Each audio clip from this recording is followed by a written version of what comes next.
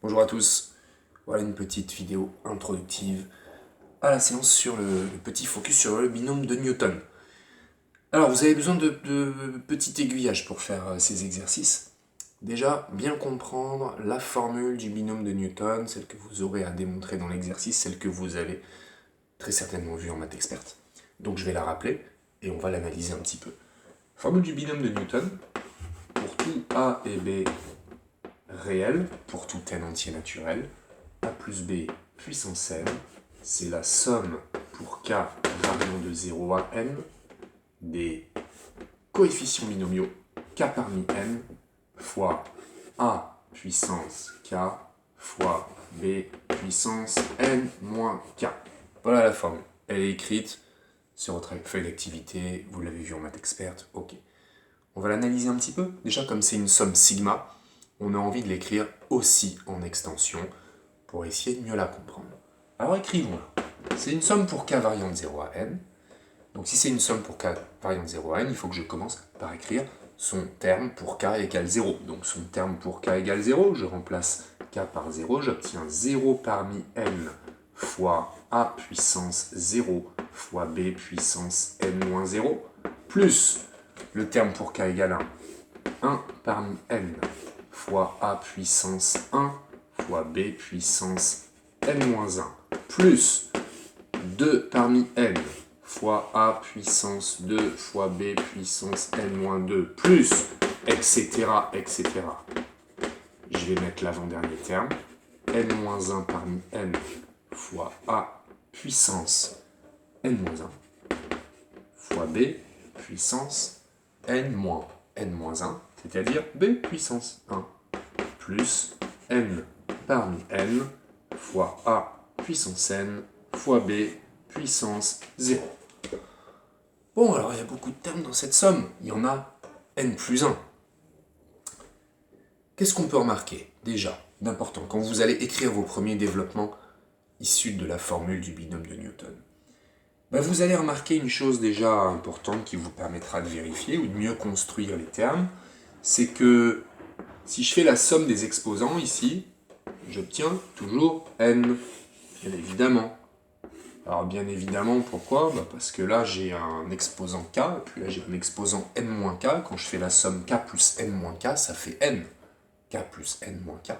Donc c'est déjà une bonne manière d'écrire, de vérifier, et d'écrire assez rapidement vos petits produits a fois a puissance quelque chose fois b puissance quelque chose, en vérifiant que ça plus ça fait bien le petit n, qui est l'exposant du développement. Deuxième chose, deuxième remarque. Apparaissent ici donc les fameux coefficients binomiaux, ou encore nombre de combinaisons, qu'on a vu en dénombrement. Pour les calculer, parce qu'il va falloir les calculer, quand vous allez écrire le développement de votre somme. Pour les calculer, il y a votre calculatrice, mais ce serait un peu décevant d'utiliser la calculatrice. Donc on se rappelle un petit peu comment on peut faire pour les calculer. K parmi n, formule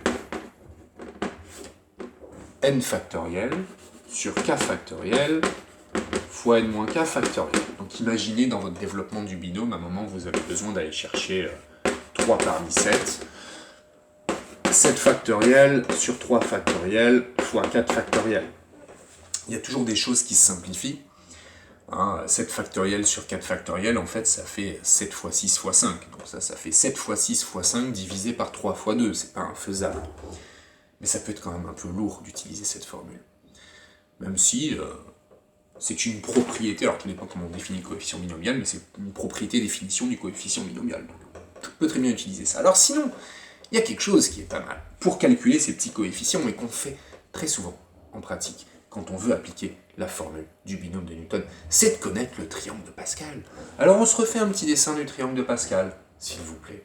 Le triangle de Pascal, du coup je vais effacer ça, parce que vous allez en avoir doublement besoin, vous allez en avoir aussi besoin du triangle de Pascal pour la petite démonstration de la formule du binôme. Triangle de Pascal, 1, je commence par un 1, il y a 1, ok, et après là ça commence vraiment. 1, en fait là je mets que des 1, allez, on met que des 1. Truc de Pascal, on met que des 1. Et puis là on va faire des petites sommes. 1 1 plus 1, 2. 1 plus 0, 1 plus 2, 3. 2 plus 1, 3. 1 plus 0, 1. 1 plus 3, 4. 3 plus 3, 6. 3 plus 1, 4. 1 plus 0, 1. 1 plus 4, 5. 10. 10. 5. 1. 6. 15. 20. 15. 6. 1. 1. 7. 21. 35. 35. 21. 7. 1. Bref, on peut continuer longtemps, vous avez parfaitement compris le principe. Maintenant, il faut comprendre ce qu'il veut dire, ce triangle de Pascal. Et puis, on va essayer d'écrire de manière formelle la petite formule, la petite relation qui nous a permis de le construire aussi. Alors, à quoi ça sert? Qu'est-ce que ça nous donne? Ça nous donne les coefficients binomiaux. C'est pour ça qu'il est utile. C'est pour ça qu'il est utile quand le petit n, il n'est pas très grand. Parce que si le n vaut 129, par exemple 11 parmi 129, bon, ben, on va plutôt utiliser la définition avec les factoriels. On ne va pas construire un triangle de Pascal avec 129 lignes. Ce serait embêtant. Mais pour des valeurs de n qui sont acceptables, qui ne sont pas trop grandes, bah c'est super de faire un joli triangle de Pascal. Ça va plus vite que les coefficients, que le calcul du coefficient binomial avec les factoriels. Alors, comprenons ce dont il s'agit. Bah, ça nous donne les k parmi n. De quelle manière? Eh bien, ça, c'est la 0e ligne, ça, c'est la première ligne, ça, c'est la deuxième ligne, la troisième ligne, la quatrième ligne, la cinquième ligne, etc., etc. Donc ici, ces lignes-là correspondent aux valeurs de petit n. Ici, c'est petit n. Et les colonnes correspondent au petit k. Ça, c'est petit k égale 0, petit k égale 1, petit k égale 2, petit k égale 3, etc. C'est-à-dire, si je prends un élément de mon triangle de Pascal, par exemple, je ne sais pas moi, celui-là, il se trouve à la deuxième colonne et quatrième ligne. Il s'agit donc de 2 parmi 4. Je répète, les lignes sont les petits n, les colonnes sont les petits k, et attention, il existe une 0e ligne et une 0e colonne. Pas se tromper, sinon il y a un décalage. Par exemple, que vaut 3 parmi 7? Eh bien, je vais à la 7e ligne et à la 3e colonne, 0e, première, 2e, 3e, 35. Pas de problème. Donc c'est assez rapide. En quoi c'est intéressant aussi dans le cadre du développement de la formule du binôme de Newton? C'est intéressant parce que, regardez, donc j'efface mon triangle de Pascal, vous saurez le refaire, ok, très bien. Ouais, j'efface. C'est intéressant parce que quand on écrit donc le développement en extension, on a du 0 parmi n fois quelque chose, plus du 1 parmi n fois quelque chose, plus du 2 parmi n fois quelque chose, plus du 3 parmi n fois quelque chose, etc. Et on s'aperçoit que finalement, ce qu'on obtient comme coefficients binomiaux, eh bien c'est tous les coefficients binomiaux qui correspondent à la énième ligne. Regardez, 0 parmi n, 1 parmi n, 2 parmi n, 3 parmi n. Donc les coefficients binomiaux dont vous aurez besoin dans le développement grâce à la formule du binôme, en fait, sont eh bien, tous les coefficients binomiaux d'une ligne. Par exemple, si vous développez un puissance 4, eh bien, il faudra aller chercher tous vos coefficients binomiaux à la 4e ligne. Et attention à la 0e ligne. D'accord? Donc on fera toute la ligne. Donc c'est pour ça que c'est super d'avoir un joli triangle de Pascal bien dessiné dans un petit coin. Ok? Et donc désormais, vous savez le faire. Alors, la relation en elle-même, celle qu'on utilise pour la construction, écrivons-la aussi pour s'en rappeler. Alors pour s'en rappeler, du coup, il faut bien comprendre le principe. Là, on était sur les lignes. Donc imaginez que là, on est à la énième ligne. Et puis là, on a une colonne. Donc là, on est à la k-ième colonne. D'accord? Et ce qu'on fait pour la construction, c'est qu'on a dit que, en fait, on prend deux coefficients binomiaux consécutifs. D'accord? On les ajoute. Et en les ajoutant, ça nous donne le coefficient binomial qui est juste en dessous du deuxième. Alors, qu'est-ce que ça veut dire tout ça? C'est-à-dire que si j'en ajoute deux consécutifs, j'ajoute quoi?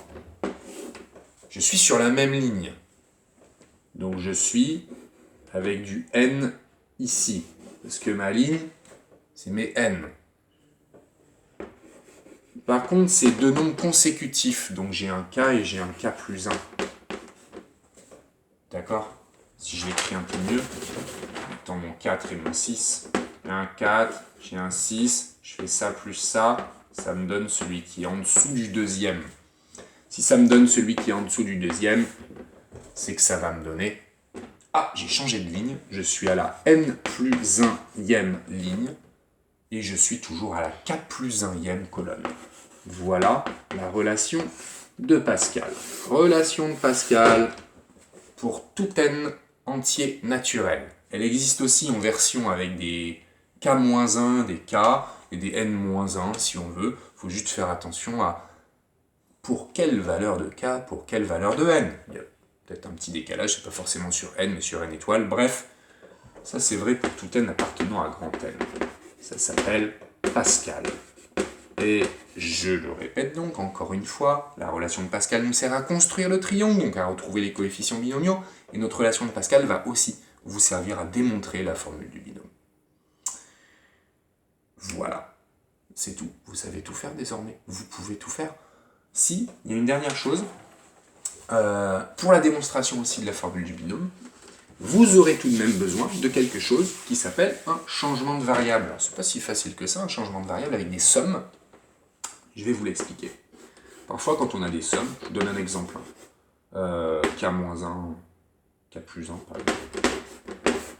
La somme des K plus 1 au carré, pour K variant de 0 à n. Voilà. La somme des K plus 1 au carré. Eh ben, je suis un peu gêné par ce K plus 1 là. Un petit peu. Quand je l'écris, ça me fait 1 au carré, plus 2 au carré, plus 3 au carré. En fait, je comprends ce qui va se passer. Et comme j'ai envie de manipuler les sommes et de ne pas écrire tout en extension, ben, j'ai envie d'utiliser ce fameux changement de variable. Changement de variable, c'est que j'ai envie de réécrire ça. K plus 1. J'ai envie de poser grand K égale K plus 1. Alors on pourrait l'appeler K' aussi, ou J. Hein. Moi je l'appelle grand K. Voilà. Je pose grand K égale K plus 1. Si je pose grand K égale K plus 1, je sais que en utilisant petit travail d'équation, j'aurai petit k égale grand K moins 1. Hein, d'accord? Immédiatement. Alors, j'ai envie d'écrire que ça, du coup, en posant grand K égale K plus 1, ça va me donner la somme des grands K au carré.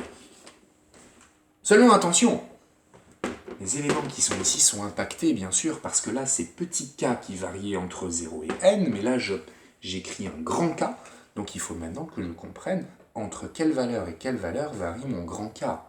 Et oui, puisque j'ai fait un changement de variable. Donc ici, c'est mon petit k qui commençait à 0. Il faut que je trouve à quelle valeur commence mon grand K. Alors mon grand K, il vaut petit k plus 1. Donc si petit k était égal à 0, alors mon grand K, il vaut 1. Bien sûr.